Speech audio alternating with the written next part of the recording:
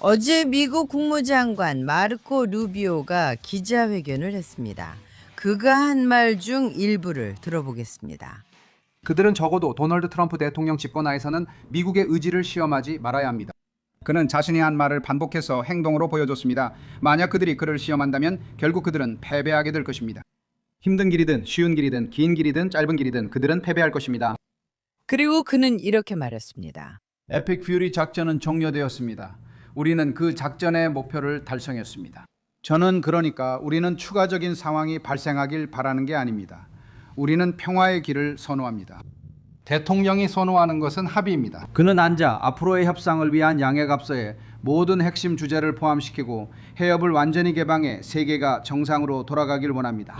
그는 스티브와 제러드가 진행해왔고 우리가 지지한 경로로 협상하길 선호했습니다. 그것이 그의 선호 경로지만 이란은 지금까지 그렇게 선택하지 않았습니다. 알겠어요, 마크. 강경한 발언도 있었지만 평화에 대한 언급도 있었죠. 트럼프 대통령은 합의를 더 선호한다는 말이었어요. 그리고 궁금한 게 있는데 이스라엘뿐 아니라 모두 그렇고 미국에서도 그런 말을 듣는 것 같아요. 미국 단독으로든 이스라엘과 함께든 이슬람 공화국과의 재개든 교전을 준비해 왔다는 얘기죠. 이스라엘 사람들은 우리가 다시 방공호를 써야 하게 될까라고 말하며 많은 지자체가 방공호를 다시 열었습니다. 그래서 도대체 무슨 일이 벌어지고 있다고 생각하세요? 오늘이 5월 6일 수요일임을 알려드립니다. 상황이 매우 빠르게 변할 수 있기 때문입니다. 지금 이스라엘은 점심시간이고 미국은 아침에 일어나려는 시간일 수 있습니다. 하지만 질문에 답변 드리겠습니다. 그래서 이틀 전에는 우리가 사태가 더 격화되는 방향으로 가고 있다는 느낌이 있었습니다. 걸프만에서 총격이 발생했습니다. 이란인들이 아랍에미리트, 즉 에미리트를 공격하고 선박을 공격한 사건이 있었습니다. 그리고 미국이 대응했습니다. 모두가 우리는 벼랑 끝에 서 있구나라고 생각했습니다. 벼랑 끝. 또 한 번의 전투가 벌어질 벼랑 끝에 서 있다고 생각했습니다. 이 상황이 악화되어 이스라엘과 미국이 이란을 폭격하고 이란 미사일이 걸프와 이스라엘로 발사될 것이라 생각했습니다. 그리고 저는 모두를 진정시키고 있었습니다. 저는 이렇게 말하고 있었습니다. 저는 트럼프가 전략을 바꿨다고 생각한다고 말했어요. 그리고 루비오도 그렇게 말했어요. 루비오가 에픽 퓨리는 이제 지나갔다고 말했어요. 우리는 합의를 원합니다. 그리고 그건 사실이에요. 왜냐하면 저는 미국이 취하고 있는 전략이 성공적인 전략이라는 걸 이해하고 있다고 생각하거든요. 그리고 그 전략이 뭔가요? 오늘 아침 우리가 일어나기 전까지는 그랬죠. 그 전략은 이란을 봉쇄하는 것이었어요. 그들은 나라 밖으로 아무것도 내보낼 수 없어요. 그리고 여러 전문가들에 따르면 알다시피 그들은 수십만, 아니 수억 달러를 잃고 있다고 하죠. 맞죠? 이건 엄청난 돈이에요. 이란인들은 석유를 수출할 수 없으니까요. 저는 석유 엔지니어는 아니지만 모두가 저에게 말하길 만약 그들이 석유를 이동시킬 수 없다면 유정을 닫아야 한다고 하더군요. 유정을 폐쇄하면 다시 여는데 문제가 있다고 합니다. 다시 말해서 이 봉쇄로 인해 그들의 경제 인프라가 시간이 갈수록 그들에게 불리해지고 있다는 것입니다. 그리고 제가 지난주에 여러분께 말씀드렸던 것이 기억납니다. 저는 이것이 정말 좋은 소식이라고 생각했어요. 왜냐하면 미국이나 이스라엘의 이른바 전문가들이 이란이 걸프만을 통제하는 것이 핵무기를 가지는 것보다 더 큰 일이라고 말하고 있었기 때문입니다. 그들이 전 세계 핵심 해상 병목 지점을 장악한 거죠. 맞나요? 에너지 공급을 차단하면 핵무기보다 더 강력한 힘이 됩니다. 트럼프는 무엇을 했나요? 그는 판을 뒤집으며 해협을 닫겠다고 내가 닫겠다고 말했습니다.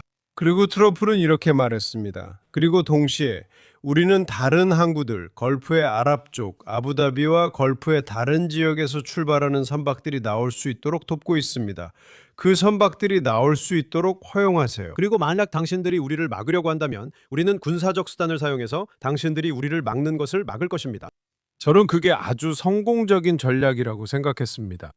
그리고 사람들은 이렇게 말했습니다. 이란인들은 그걸 받아들일 수 없으니 우리는 긴장이 고조되는 걸 보게 될 것이다. 그리고 우리는 그렇게 될 거라고 생각했습니다. 하지만 그렇지 않았습니다. 이런 게 있습니다. 그가 그 배들을 안내해서 밖으로 나가게 하겠다고 발표한 이유는 그곳에 배들이 갇혀 있었기 때문입니다. 실제로 군인들은 식량이 떨어지고 있었고 위험에 처해 있었습니다. 선원들이요? 선원들, 맞아요. 선원들이요. 그래요. 제 군사 전문성이 드러나네요. 선원들은 정말 힘든 상황에 처해 있었어요. 말장난이 아니라요.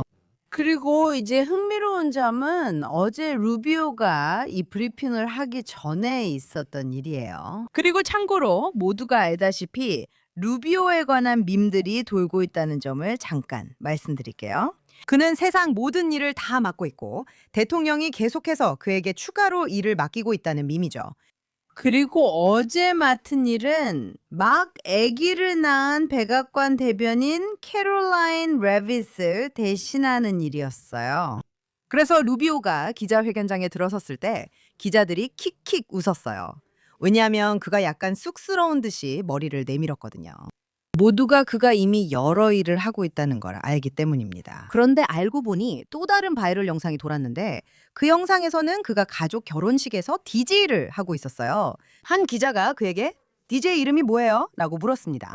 그러니까 그 일은 트럼프 대통령이 오벌 오피스에서 청소년을 위한 체력상을 수여한 후에 일어난 일이에요. 그리고 오벌 오프스에서 그는 이란에 대해 정말 강경한 발언도 했어요. 네, 우리의 봉쇄가 효과를 내고 있다고 했지만 그게 충분하지 않을 수도 있다고 했죠. 왜냐하면 그들의 조건이 우리에게 받아들일 수 없기 때문이에요. 그리고 국방장관 또는 전쟁장관이라고 부르던 핏 헤그세스도 연설을 했어요. 그리고 레이즌 케인과 함께 다시 한번 군대에 대한 강경한 발언이 있었어요. 그리고 놀랍게도 루비오의 기자회견이 있은 지 약 2시간 후에 트럼프 대통령이 트루스 소저른에 다음과 같은 글을 올렸어요. 제가 읽어드릴게요. 파키스탄과 다른 나라들의 요청에 따라 우리가 이란을 상대로 한 작전에서 거둔 엄청난 군사적 성공에 대해 말씀드리겠습니다. 그리고 추가로 이란 대표들과의 완전하고 최종적인 합의에 큰 진전이 이루어졌다는 사실도 있습니다. 우리는 상호 합의하에 봉쇄 조치는 계속 전면적으로 유지될 것이며 프로젝트 프리덤은 잠시 중단될 것임을 결정했습니다. 호르무즈 해협을 통한 3박의 이동은 합의가 최종적으로 체결되고 서명될 수 있는지 확인하기 위해 잠시 중단될 것입니다. 그래서 마크, 솔직히 말해서 나는 그 게시글 때문에 정말 실망했고 걱정도 많이 됐어. 내 입장에서는 그렇게 보여. 이란 쪽, 그러니까 이란 지도자들이 거기서 모든 결정을 내리고 있는 거잖아. 그리고 혁명 수비대와 대통령 사이에 논쟁이 있다는 것도 우리 모두 알고 있잖아. 그 외에도 여러 가지가 있고. 그건 중요하지 않아. 그들은 결국 이런 발언을 약함으로 받아들일 수밖에 없어. 너는 그 점에 대해 어떻게 생각해? 그래서 우선 그 발언은 나에게도 놀라움으로 다가왔어. 왜냐하면 내가 아까 말했듯이 나는 미국인들이 승리 전략을 원한다고 생각했거든. 그들을 봉쇄하고 다른 나라들, 다른 석유 수출국들의 봉쇄는 해제하는 거야. 그리고 그렇게 함으로써 맞아, 이란인들은 고통받고 있어. 그들은 석유를 팔 수 없어. 전쟁이 시작되기 전에도 그들의 경제는 매우 심각한 상황이었어. 지금은 말 그대로 100배나 더 나빠졌어. 그들은 국민들에게 임금을 줄 수도 없고 자기 정권을 유지할 자금도 없어. 이 상황은 계속될 수 없지, 그렇지? 나는 시간이 트럼프에게 유리하다고 봤어. 모두 11월을 말하지만 이란인들은 그때까지 못 기다려. 그래서 봉쇄가 진행된다고 생각했지, 맞지? 당신들이 군사작전으로 강하게 타격했으니까. 이제 당신들은 그들이 어떤 수입도 얻지 못하게 막고 있잖아. 그냥 기다리면서 그들이 스스로 곤란해지는 걸 지켜보는 거지, 맞지? 그래서 나는 그냥 계속 그렇게 하라고 생각했어. 그런데 나는 왜 트럼프가 이제 그걸 해제하려고 하는지 궁금했지. 그가 뭘 하고 있는 거지? 그는 봉쇄를 계속 유지하고 있지만 서방의 석유를 끌어내는 작전을 하고 있잖아. 맞지? 아랍 국가들의 석유 말이야.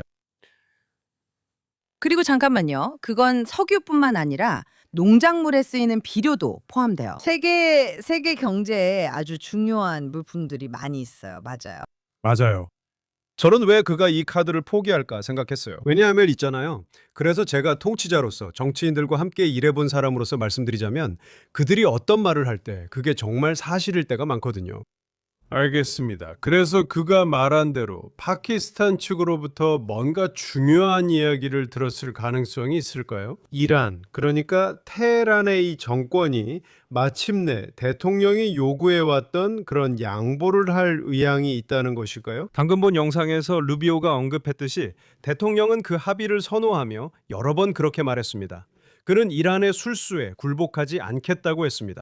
하지만 그는 자신의 관점에서 좋은 합의, 실제로 그들의 핵 프로그램을 해체하는 합의를 원합니다. 그리고 모든 사람들은 그의 이미 농축된 우라늄을 이란에서 제3국으로 반출하고 그들이 가지고 있는 모든 잠재력, 즉 새로운 우라늄을 생산하고 농축할 수 있는 모든 능력을 파괴하는 것이 포함된다고 생각합니다. 알겠습니다. 이제 만약 그게 합의의 일부이고 이란인들이 결국 항복한다면 그들이 막다른 길에 다다랐다는 걸 이해했기 때문이죠. 맞죠? 그들은 군사적으로 완전히 망가졌고 이제 경제적으로도 망가졌으며 더 이상 쥐고 있던 해상 병목 지점도 없는 거죠. 그것마저도 이제 빼앗기고 있습니다. 그들이 드디어 항복하는 건가요? 그리고 적어도 트럼프는 그런 가능성이 있다고 생각하는 것 같습니다. 왜냐하면 그는 걸프만에서 그 배들을 빼내는 현재 작전을 보류하는 데 동의했으니까요. 그렇지 않았다면 왜 그가 동의했겠습니까? 좋아요. 우선 첫 번째 설명은 그가 동의했을 수 있다는 겁니다. 그게 파키스탄 중재자들 때문인가요? 그리고 참고로 파키스탄은 서방의 친구가 아니에요. 하지만 트럼프 대통령이 그들을 칭찬하는 걸 좋아한다는 건 알지만 그게 그의 말투예요. 알겠어요? 하지만 파키스탄 사람들은 분명히 그에게 잠깐만요 라고 말했을 거예요. 협상의 가능성이 있어요. 하지만 그건 말도 안 되는 소리예요. 왜 말도 안 되는 소리일까요? 이슬람 공화국이 시간을 벌기 위한 방법입니다. 11월을 언급하셨지만 한 가지를 더 추가하셔야 해요. 미국인들은 이걸 알고 있겠지만 11월은 미국에서 의회 중간 선거가 열리는 시기예요. 많은 사람들이 이를 트럼프의 이른바 시한으로 보고 있습니다. 그리고 그 전까지 자신이 원하는 승리를 거두기를 바라고 있어요. 그렇게 되면 하원과 상원에서 공화당이 더 강해질 거라고 기대하고 있죠. 하지만 여기서 중요한 점이 있어요. 저는 트럼프 대통령을 정말 존경합니다. 이건 여러 번 말했어요.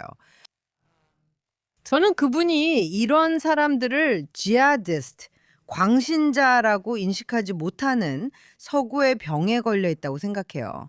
트럼프 대통령도 그들을 미치광이라고 부른 적이 있죠. 마르코 루비오도 그들을 미치광이라고 불렀어요. 그리고 트럼프 대통령도 이 사람들이 정신적으로 병든 사람들이라고 말했죠. 그러니까 한편으로는 그들도 이해하고 있는 거죠. 하지만 다른 한편으로는 제가 두려워하는 것은 그들이 깨닫지 못하는 점이에요.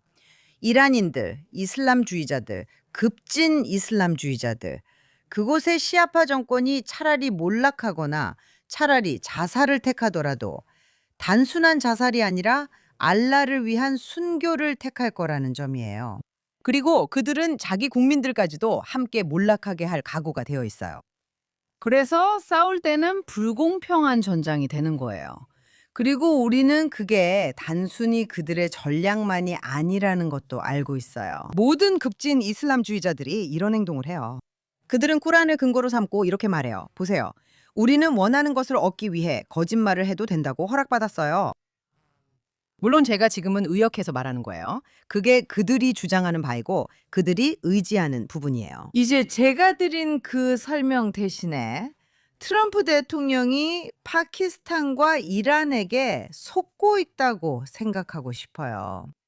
저는 이것이 이란을 속이기 위한 마지막 수단, 즉 임박한 공격에 대한 기습 효과를 높이기 위한 속임수이길 바라고 있어요. 그리고 마르코 루비오가 에픽 퓨리가 끝났다고 말했을 때, 그는 전쟁의 그 부분, 그 작전의 그 부분이 에픽 퓨리라고 불린다는 뜻이었어요. 그건 끝났어요.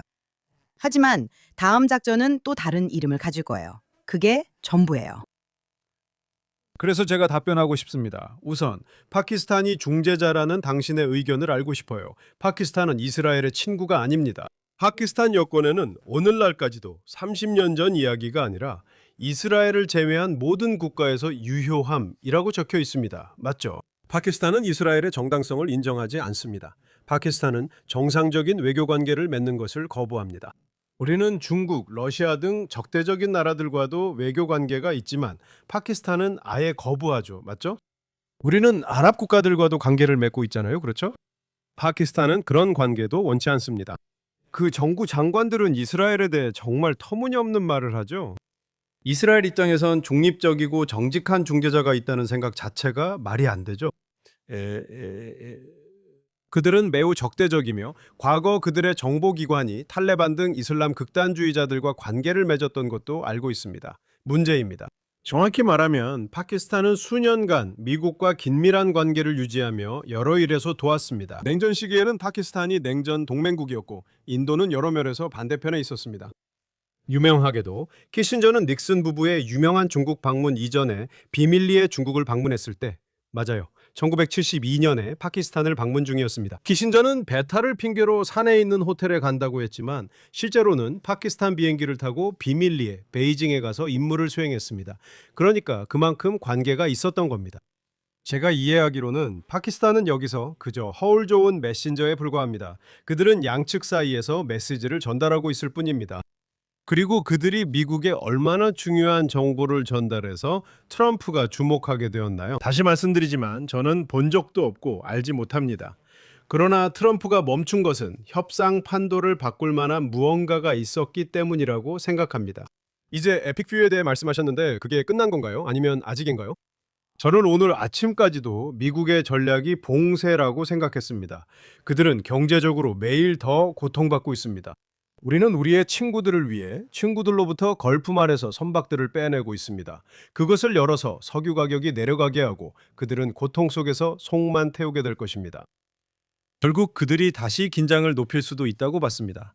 만약 그렇게 된다면 제가 대응해도 아무도 저를 비난하지 못할 겁니다. 민주당 의원들도 마찬가지죠. 이란인들이 총을 쏘면 상황이 달라집니다. 그래서 힉스는 어제 휴전이 유지되고 있다고 말했습니다. 하지만 여기서 그가 하고 있는 것은 외교적 해결책에 기회를 주고 있다는 겁니다. 우리는 지켜봐야 하며 트럼프 대통령도 이게 진지한 건지 이란인들이 장난치는 건지 확인해야 합니다. 좋아요. 우선 그들은 계속 공격을 해왔어요. 아랍에미리트를 향해 계속 발포해왔죠. 이번 결정 이후로는 아니에요. 아니에요. 사실이 아니에요. 어제도 마찬가지예요. 이 결정은 오늘만 해당돼요. 이 결정이요. 아니에요. 아니에요. 그들을 발포하고 있었다고 말하는 거예요. 그들은 어떤 휴전도 지키지 않았어요. 그리고 민주당 정치인들이나 다른 좌파들이 뭐라고 하든 호르무즈 해협에서 뭔가를 위반한 건 트럼프가 아니에요. 거긴 국제 수역이에요. 위반한 건 이란이에요. 그러니까 그 점은 분명히 합시다. 그리고 루비오도 나중에 이렇게 말했어요. 봐요. 만약 그들이 호르무즈 해협을 이용해서 전 세계를 인질로 잡고 있다면, 핵무기를 가지게 된다면 뭘 할지 상상해 보세요. 이것이 바로 트럼프가 어떤 합의에도 동의할 수 없는 가장 중요한 조건으로 이어집니다. 그리고 그것은 미국이 그들의 모든 농축 우라늄을 제거해야 한다는 것입니다. 60% 농축 우라늄뿐만 아니라 그들은 20% 농축된 다른 우라늄도 가지고 있습니다. 그리고 그러려면 지하 깊숙한 곳까지 들어가야 합니다. 그것은 대규모 작전이 필요합니다. 그 정권에 있는 누구도 소위 실용주의자들까지 포함해서 그들의 유일한 지렛대를 포기할 의사가 있다고 잠시라도 생각한다면 그건 착각입니다. 트럼프도 마찬가지로 착각하고 있는 거죠. 물론 그가 정말로 착각하고 있지 않을 수도 있습니다. 그는 줄곧 이렇게 말해왔어요. 봐요. 그들은 미친 사람들이에요. 우리는 그에게 기회를 주고 있어요. 우리는 계속해서 그에게 기회를 주고 있어요. 그들이 할 일은 핵무기와 테러를 포기하는 것입니다. 그는 주로 핵무기에 집중하고 있죠. 한 가지 말씀드릴게요. 그가 계속 기회를 주고 처벌 없이 걸프만 공격을 허용한다면 사실이에요. 하지만 그들은 아직 그렇게 하지는 않았어요. 이스라엘을 공격하지 않은 이유는 그들도 잘 알고 있기 때문이에요. 만약 그렇게 했다면 정말로 이스라엘 공군이 즉시 대응했을 거예요. 그리고 우리도 그 사실을 알고 있고 이란의 권력자들, 그러니까 지금 그 자리에 있는 사람들이 누구든지 그들도 알고 있어요. 다시 말하지만 그쪽의 지도부는 조금 불확실하죠. 하지만 여기서 중요한 점이 있어요. 만약 그가 아무것도 하지 않는다면 들어보세요. 트럼프가 그걸 올린 이후로 저는 소셜미디어를 계속 읽고 있었어요. 그리고 전쟁에 반대하는 사람들, 그의 전쟁 자체에 반대하는 사람들을 제외하면 사람들은 그의 행동에 분노하고 있어요. 세상에 뭘 한 거예요? 원하는 대로 그들을 잡아뒀잖아요. 트럼프 이란을 원하는 대로 몰아붙였잖아요. 그리고 이제 망설이고 있어요. 그건 말도 안 돼요. 그리고 그렇게 하면 안 돼요. 그리고 말씀드렸듯이 제 생각은 군사 전략과는 아무 상관이 없어요. 그건 이슬람주의자들의 사고방식과 관련이 있어요. 그리고 그들의 눈에는 그들이 파키스탄에 뭐라고 했든 저는 신경 쓰지 않아요. 그들의 눈에는 이것이 약함을 보여주는 거예요. 미국은 세계에서 가장 강력한 초강대국이에요. 계속해서 알겠어요. 한 번 더 기회를 줄게요. 라고 말해요. 그는 약속을 지키는 대신에 그냥 그들을 완전히 공격하겠다고 했어요. 또는 그가 사용한 어떤 말이든 간에요. 그는 그들이 따르지 않으면 후회하게 될 거라고 말했어요. 그리고 지금 그들이 따랐나요? 아니요. 우리는 그걸 몰라요. 우리는 그 내용이 정확히 뭐였는지 몰라요. 당신 말은 그들이 파키스탄에 트럼프 대통령 조건 모두 동의라고 말했다는 거죠. 우리는 미국과 이스라엘이 와서 모든 핵무기를 제거하고 없애겠다고 했습니다. 또한 다시는 우라늄을 농축하지 않겠다고 했고, 제가 답해도 되나요? 네, 맞아요.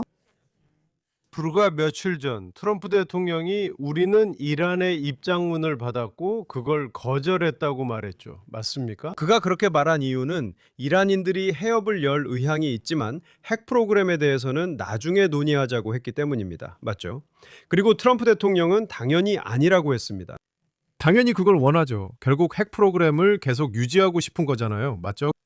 그래서 당신도 동의하시겠지만 제가 이해한 대통령의 입장은 이렇습니다. 이게 가장 중요한 문제다. 핵 프로그램이. 그리고 합의는 없다. 맞죠? 나는 이 입장을 고수할 거다. 합의는 없다. 핵 프로그램에 대해 진지한 양보를 하기로 동의하기 전까지는 끝난 게 아닙니다. 그게 트럼프입니다. 저는 그가 매우 진지하다고 믿으며 그것이 전쟁을 정당화하는 이유라고 생각합니다. 핵 프로그램에서 원하는 것을 얻지 못하면 그는 미국 국민들에게 전쟁에서 이겼다고 말할 수 없습니다. 반드시 필요한 것을 얻어야 합니다. 다른 문제들에 대해서는 그것들도 중요하지만 그는 아마 더 유연할 수 있을 것입니다. 알다시피 핵 프로그램을 최우선 과제로 본다면 그는 그 문제들에 대해 타협할 수 없다고 생각합니다. 그래서 제 이해로는 맞죠. 이란인들이 마침내 진지하다고 그가 여기게 할 만한 말을 했다는 겁니다. 그러니까 그는 이것 아니면 저것이라고 말했죠. 그리고 그들이 그에게 이것을 줬나요? 지금 당신이 그렇게 말하는 거군요. 의심해야 합니다. 이란인들은 시간만 벌고 있습니다. 그러면 48시간 안에 대통령이 진지하지 않았다. 스티브 위트코프와 제러드가 다 확인해 봤는데 그들은 그냥 나랑 장난치는 거다라고 말한다면 맞죠? 요점은 그들이 그에게 협상할 거리를 줬고 그는 그들을 격려하고 싶어 한다는 것입니다. 그러니까 이틀이나 사흘은 큰일 아니에요. 협상하세요. 그런 협상을 잘하잖아요. 지금까지 방식에 정말 감명받았어요. 맞죠? 그리고 협상에는 그 자체만의 추진력이 있어요. 그가 자신의 원칙을 고수한다면 어쩌면 그는 마침내 모든 압박 때문에 신호를 받았고 이란인들도 마침내 그것을 이해했을지도 몰라요. 전쟁으로 다시 격화시키는 선택, 그들이 원하지 않는 선택이거나 아니면 이 봉쇄를 계속하는 것, 그것도 그들에게 좋지 않은 선택이죠. 경제 전쟁을 당하는 셈이니까요. 그들은 지금 승산이 없는 상황에 처해 있어요. 그들이 지금까지는 말하지 않았던 뭔가를 이제야 그에게 내놨을 가능성이 있을까요? 절대 그럴 리 없어요. 그들이 그랬을 리 없어요. 그들이 사용한 언어나 파키스탄 종제자들이 사용한 언어가 다소 고무적이었을 가능성은 있어요. 알겠죠? 왜냐하면 아시다시피 그들의 제안에는 전쟁으로 인한 피해에 대한 보상 등 온갖 터무니없는 조건들이 포함되어 있다는 걸 우리는 알고 있잖아요. 하지만 잠시 그건 제쳐두죠. 그들이 완전히 좋아, 우린 핵을 포기하겠어 라고 말했다는 건 절대 있을 수 없어요. 그럴 리가 없어요. 그리고 다시 한번 트럼프 대통령은 그들에게 계속 위협을 하다가 마감일이 오면 그냥 지나가요. 그리고 또다시 시간을 더 줘요. 지금 제가 그가 그렇게 하는 게 잘못됐다고 말하는 건 아니에요. 맞아요. 그는 훌륭한 협상가고 당신 말이 맞아요. 이건 그가 다룰 사안이에요. 저는 그가 포기할 거라 생각하지 않아요. 하지만 제가 또 아는 건 이슬람주의자들 그리고 이란 정권이 바로 그런 집단이기 때문에 그들이 협상에서 그런 행동을 보면 그들은 서방의 약함, 서방의 자유주의만을 봅니다. 우리가 원하는 건 오직 합의뿐이라고 생각하죠. 그게 우리가 선호하는 거예요. 우리는 평화라는 말과 합의를 선호하죠. 그리고 그들은 시간을 벌고 있어요. 왜냐하면 그들은 미국의 여론조사를 지켜보고 따라가고 있기 때문이죠. 그리고 그들은 민주당이 이 전쟁 전체에 대해 완전히 발끈하고 있는 것을 보고 있어요. 말장난은 아니지만요. 더 많은 공화당원이 그는 선영하지 않았고 이게 왜 필요한가? 우리의 전쟁이 아니다 라고 말하고 있습니다. 그들은 그걸 보며 트럼프가 우린 합의만 원해 라고 말하는 걸 듣고 있어요. 그리고 그건 시간을 벌고 있는 건 트럼프가 아니라 그들이에요. 그리고 제 생각에 그는 훌륭한 협상가이지만 이 점에 있어서는 그가 그들의 사고방식을 완전히 이해하고 있는지 저는 확신할 수 없어요. 그리고 그는 분명히 자신이 우위에 있다는 걸 이해하고 있어요. 그는 그들이 더 강한 군사력을 가지고 있다는 것도 알고 있어요. 등등. 하지만 저는 그가 이 사람들이 알라를 위해 죽을 각오가 되어 있고 자기 민족을 모두 죽일 수도 있는 사람들이라는 걸 이해하고 있다고는 확신하지 않아요. 그리고 있잖아요. 만약 그들이 이미 핵탄두를 가지고 있다면 한번 해보자는 식으로 정말 무모한 시도를 할 수도 있다는 거죠. 우리가 그냥 핵을 쏘고 핵 공격을 당해서 죽더라도 결국 모두 천국에 갈 거라고 생각할 수 있다는 거죠. 항상 기억해야 할 중요한 점이 있습니다. 방금 말씀처럼 이는 꼭 짚고 넘어가야 하며 협상에 나서는 건 미국만이 아닙니다. 동시에 그들은 이 지역에 엄청난 군사력을 보유하고 있습니다. 항공모함 타격단이 3개나 있잖아요. 이스라엘도 다시 움직일 준비가 되어 있잖아요. 우리가 착하게 굴고 있는 건 아니잖아요. 이란인들은 잘못된 결정을 내리면 큰 대가를 치를 수 있다는 것을 이해하고 있습니다. 그리고 그들은 트럼프나 네타냐후 둘 다 온순한 사람이 아니라는 걸 알고 있죠. 힘을 써야 한다면 그들은 힘을 쓸 겁니다. 그리고 당신도 봤듯이 트럼프가 최근에 조치를 취하기 전에도 그들이 선박 운송을 방해하려 했을 때 즉각적인 대응이 있었고 아주 강력한 대응이 있었습니다. 그게 핵셋이 휴전이 유지된다고 말한 이유 중 하나입니다. 걸프 지역에선 전투가 있었지만요. 제가 생각하기에 핵셋이 걸프 지역에서 말하는 휴전은 레바논의 휴전과 비슷한 것 같습니다. 휴전은 없지만 교전 수칙이 있습니다.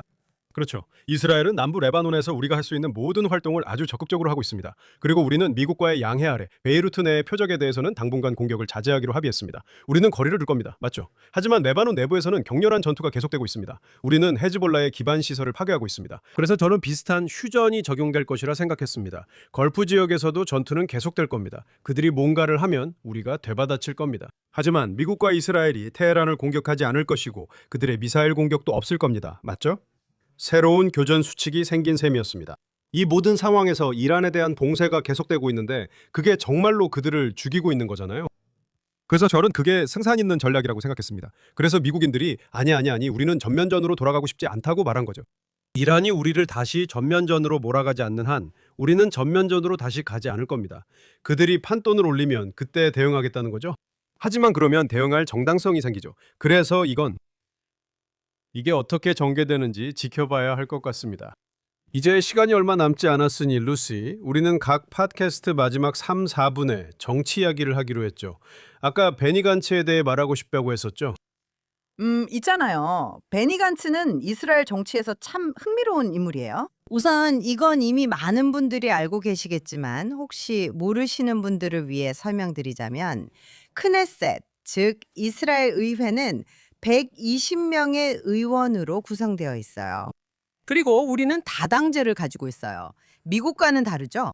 그래서 네타냐후 같은 사람이 여러 번 총리가 될 수 있는 이유이기도 해요. 우리는 임기 제한이 없어요. 왜냐하면 우리는 총리에게 직접 투표하는 것이 아니라 정당에 투표하기 때문이에요. 그리고 그는 우연히 가장 큰 정당의 대표예요. 그런데 왜 제가 이 이야기를 꺼내냐면요. 왜냐하면 몇 년마다 말하자면 새로운 희망이 나타나서 리쿠드당이나 네타냐후를 제1당 자리에서 밀어낼 거라는 기대가 생기거든요. 그리고 베니 간츠도 그중 한 명이었어요. 참고로 야이르 라피드도 또 다른 인물이었죠. 그들이 등장하면 많은 의석을 얻어요. 선거가 있었죠. 베니 간츠가 거의 총리가 될 뻔했던 선거가 있었어요. 그가 이끄는 정당이 더 컸지만 연정을 못했어요. 우리는 연정이 필요해요. 우리는 이런 상황을 네덜란드에서도 봤어요. 가장 많은 의석을 가진 사람이 결국 연정을 구성하지 못했죠. 그게 키르테 빌더스예요. 그리고 그런 일이 이스라엘에서도 일어났어요.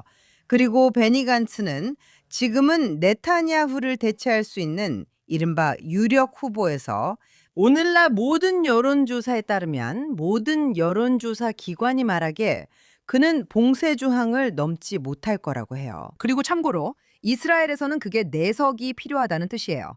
4석 미만이면 전혀 크네세트에 들어갈 수 없어요. 최소한 그 정도는 있어야 해요. 전체 득표의 3.25%입니다. 그래서 베니 간츠는 지금 흔들리고 있어요. 그리고 그의 당에서 충성스럽던 사람들이 모두 당을 떠나고 있는 거예요. 그건 사실이에요. 이걸 보는 건 슬픈 일이에요. 왜냐하면 그는 네타냐후와 2번이나 연립정부를 했던 사람이거든요. 한 번은 코로나 위기 때 순환 합의가 있었고 그때 베니 간츠는 국가적 위기라고 하면서 정부에 합류해야 한다고 했어요. 그리고 또 한 번은 10월 7일 이후였죠. 그리고 그는 10월 7일 이후에 연정에 합류했어요. 그러니까 10월 7일에는 정부에 있지 않았고 그 이후에 합류한 거죠. 그래서 그는 그 학살의 책임을 추궁받지 않았어요. 당시 정부에 없었고 이후 돕기 위해 합류했죠. 여론조사에서 지지율도 높았고 40석 가까이 얻는다는 결과도 있었어요. 그는 모두가 당신 말처럼 그의 당선이 확실하다고 했고 2년 전이었죠? 다음 선거에서도 이길 거라 여겨졌어요. 그리고 그는 정부를 떠났어요. 그리고 그의 지지율은 계속해서 떨어졌어요. 그리고 몇 달 동안 그는 3.25%라는 기준선을 벗어난 적이 없었어요. 그리고 이제 그의 당 내부에 있던 사람들마저 떠나기 시작했어요. 그리고 그의 정당, 청백당이라고 불리는 그 정당은 이제 끝난 것처럼 보였어요. 그리고 흥미로운 점은 항상 네타냐후에게 도전해서 이길 수 있는 새로운 인물이 등장한다는 거예요. 그리고 그가 정말 유력해 보였죠. 그는 잘생겼고 키도 큽니다. 여성들이 그를 좋아하는 이유는 그렇기 때문이죠. 군 경력도 있죠. 군 경력도 있고 전직 참모총장이기도 하죠. 그리고 참고로 키에 대해서도 많은 연구가 이루어졌어요. 그리고 미국에서도 거의 모든 대통령 선거에서 키가 더 큰 후보가 이겼다는 연구가 있어요. 물론 항상 그런 건 아니고 100%는 아니에요. 하지만 흥미롭죠. 그냥 그것만 봐도 알 수 있어요. 그리고 그는 마치 스타처럼 빛났어요. 하지만 결국 그는 추락했죠. 완전히 추락한 거예요. 왜 그럴까요? 그런데 여기 흥미로운 이유가 있어요. 그리고 이게 바로 당신이 중도, 온건파에 대해 이야기하는 걸 좋아하는 건 알지만 이게 바로 중도의 문제예요. 알겠죠? 베니 간츠는 모든 결혼식에 참석하려고 했어요. 히브리어로 말하자면 그는 모든 결혼식에서 춤을 췄다는 거죠. 그는 전쟁 때문에 비상내각에 합류했어요. 그건 다 좋았죠. 그는 네타냐후의 결정에 동의하지 않았고 전쟁 내각 안에서는 전쟁을 어떻게 진행할지, 이걸 해야 할지, 인지를 어떻게 돌려보낼지에 대한 많은 논쟁이 있었어요. 정말 많은 논쟁이 있었죠. 네타냐후를 싫어하는 거리의 시위대와 이번 가자 전쟁 이전에 사법개혁에 반대해 시위했던 사람들은 그를 정말 싫어했어요. 그들은 어느 정도 그의 편에 서 있었어요. 그런데 그가 전쟁 내각에 합류하고 네타냐후와 함께하자 시위대는 너는 배신자야. 네타냐후와 전쟁 내각에 합류하다니 넌 배신자야 라고 했어요. 그래서 갑자기 그는 그런 상황에 처하게 됐고 그가 사임했을 때도 시위대는 그를 다시 받아주지 않았어요. 그러니까 좌파는 잘 됐네. 다시 우리 편으로 돌아왔구나 라고 말하지 않았어요. 그리고 우파는 너는 전쟁 중에 전쟁 내각을 버렸다고 했어요. 그래서 그는 혼자 남게 됐죠. 그는 갈피를 못 잡고 허우적거리게 됐어요. 그리고 그게 바로 당신이 말하는 중도에게 일어나는 일이에요. 이제 마무리하겠습니다. 왜냐하면 거의 끝나가고 있으니까요. 알겠어요? 하지만 어느 정도는 안타깝다고 말하고 싶어요. 왜냐하면 이스라엘 정치가 얼마나 양극화되었는지를 보여주기 때문이에요. 네타냐후 우파 진영이 있다는 거죠. 그리고 좌파에는 매우 강하게 목소리를 내는 반네타냐후 진영이 있어요. 그리고 베니 간츠는 기본적으로 이렇게 말했어요. 좋아, 나는 네타냐후가 총리가 되는 걸 보고 싶지 않아. 나는 다른 사람을 지지해. 하지만 네타냐후가 61석을 얻어도 그가 이른바 극우파에게 휘둘리게 두고 싶지는 않다. 연정에 참여해 중도적 영향력을 행사하고 싶다. 나는 정치에서 책임감 있는 중도가 있다는 것이 좋다고 생각했어요. 좌파 정부가 있다면 그 정부를 더 중도로 이끌 수 있겠죠. 만약 우파 정부가 있다면 그 정부도 좀 더 중도로 움직일 수 있겠죠. 그리고 그렇게 하면 더 많은 합의에 기반한 리더십이 생깁니다. 더 많은, 그러니까 네타냐후가 내각에 앉아 있을 때 그의 왼쪽에도 누군가 있고 오른쪽에도 누군가 있잖아요. 그렇죠? 저는 그게 민주주의에 건전하다고 생각해요. 그리고 그게 이스라엘에서 항상 그래왔던 방식이었죠. 왜냐하면 우리는 항상 비례대표제를 가져왔고 항상 다당제를 유지해왔으며 사람들은 선거에서 치열하게 싸운 뒤에 서로 협상하고 타협을 해왔으니까요. 그게 바로 모든 이스라엘 정부의 모습이었습니다. 그리고 이스라엘에 중도가 없다는 사실은 이스라엘의 분열, 정치적 양극화에 대해 뭔가를 말해줍니다. 제 생각엔 그게 좋은 의미는 아닙니다. 미국과 다른 나라에도 분열이 있지만 다른 나라엔 중도가 있습니다. 그러니까 프랑스를 보세요. 마크롱이 지금 정치적으로 위기에 처해 있는데 거기서도 중도가 무너지고 있는 것 같습니다.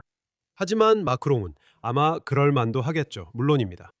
하지만 이스라엘에는 중도 정당이 없다는 점이 슬픕니다. 온건파라며 양쪽과 협력하겠다는 정당이 있지만 지지를 받지 못하고 있습니다. 알겠어요. 이건 다른 주제의 논의네요. 물론 그 점에 대해서는 동의하지 않아요. 왜냐하면 저는 네타냐후의 리쿠드당이 이스라엘 정치에서 우파가 아니라 중도라고 생각하거든요. 그게 중도예요.